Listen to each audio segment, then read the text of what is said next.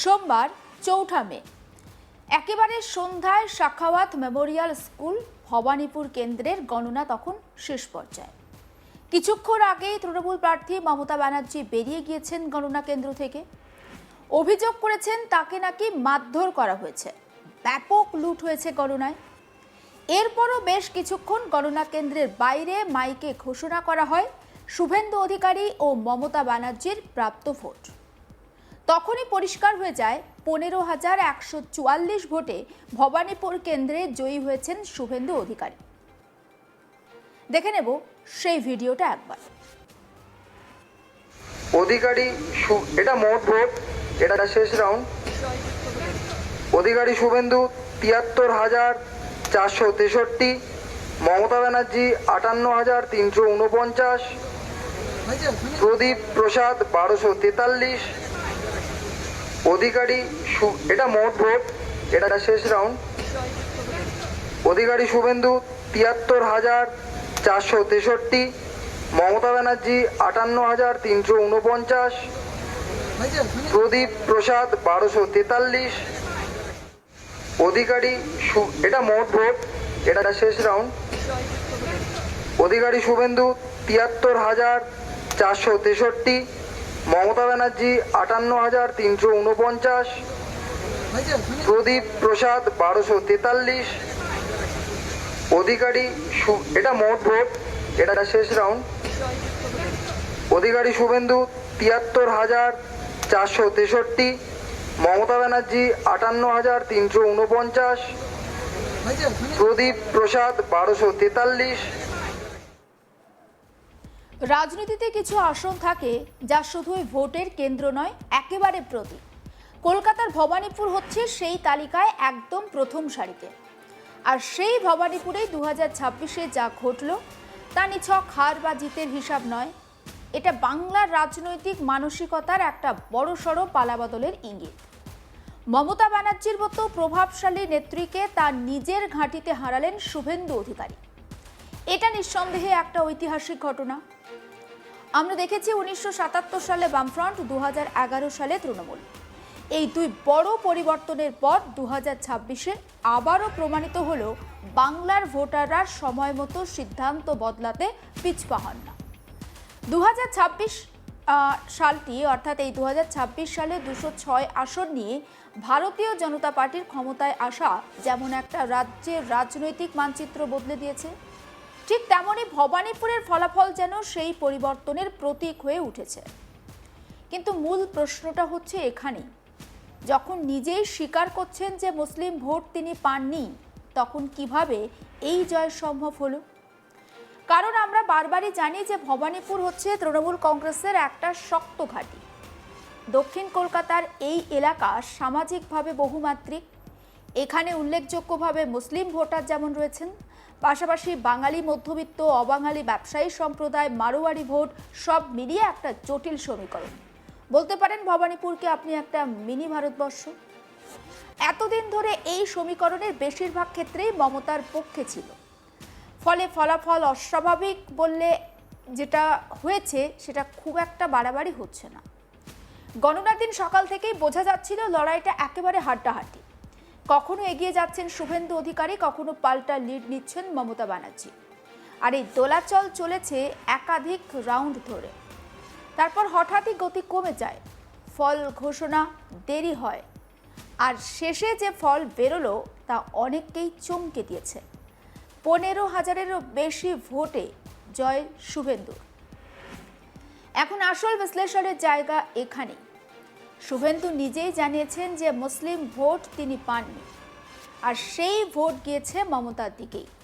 তাহলে সমীকরণটা দাঁড়াচ্ছে যে বাকি ভোটের একটা বিশাল অংশ একদিকে সরে গেছে। এখানেই লুকিয়ে রয়েছে ম্যাজিকের উত্তর। রাজনৈতিক পর্যবেক্ষকদের মতে ভবানীপুরে হিন্দু ভোটার উল্লেখযোগ্যভাবে একত্রীকরণ হয়েছে। আগে যে সমস্ত ভোট বিভিন্ন দলে ভাগ হয়ে যেত, এবার তার একটা বড় অংশ একজোট হয়ে বিজেপির দিকে গেছে। এই প্রবণতা শুধু ভবানীপুরে নয়, গোটা রাজ্যেই দেখা গিয়েছে বলে অনেকেই মনে করছেন। ধর্মীয় মেরুকরণের প্রশ্নটা তাই এখানে অস্বীকার করা অত্যন্ত কঠিন। একই সঙ্গে বাঙালি অবাঙালি ব্যবসায়ী মারোয়ারি ভোট ব্যাংকের কথা উঠে আসছে। ভবানীপুরে এই অংশের ভোটারদের প্রভাব বিশাল। ঐতিহ্যগতভাবে এদের একটা বড় অংশ বিজেপির প্রতি সহানুভূতিশীল। এইবার সেই সমর্থন আরও সুসংহত হয়েছে বলে ধারণা করা হচ্ছে। একবার শোনাবো শুভেন্দু অধিকারী ঠিক কি বলেছেন সেই বক্তব্যটা।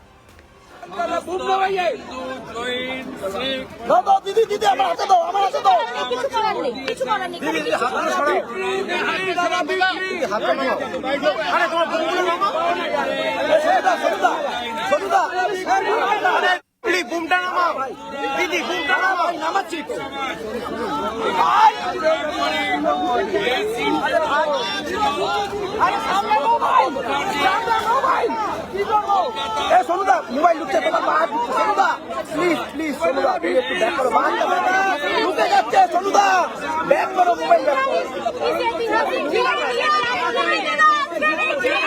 সোনুদা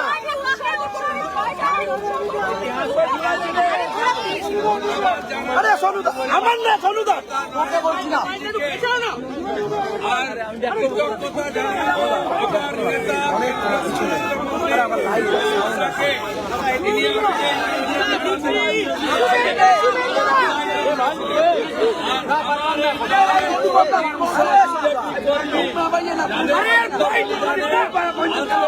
পরিবর্তন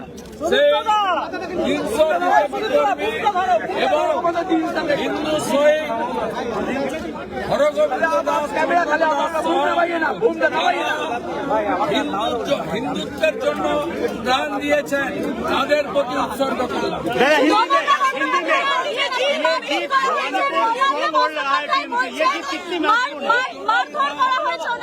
ব্যানার্জিকে হারানা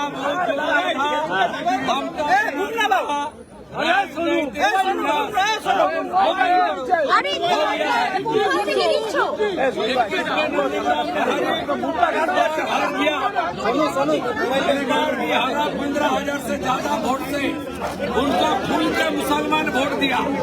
वार्ड नंबर 76 मैं सवाल पूछूंगा मुसलमान वोट देने के लिए निकला सब ममता को वोट दिया और मुझे बुद्धिस्ट लोग ने आशीर्वाद देकर जिताया। ये जीत हिंदुत्व का जीत है, ये जीत बंगाल का जीत है, ये जीत नरेंद्र मोदी जी का जीत। ममता बनर्जी यहाँ ममता बनर्जी यहाँ आई थी आरोप लगा रही है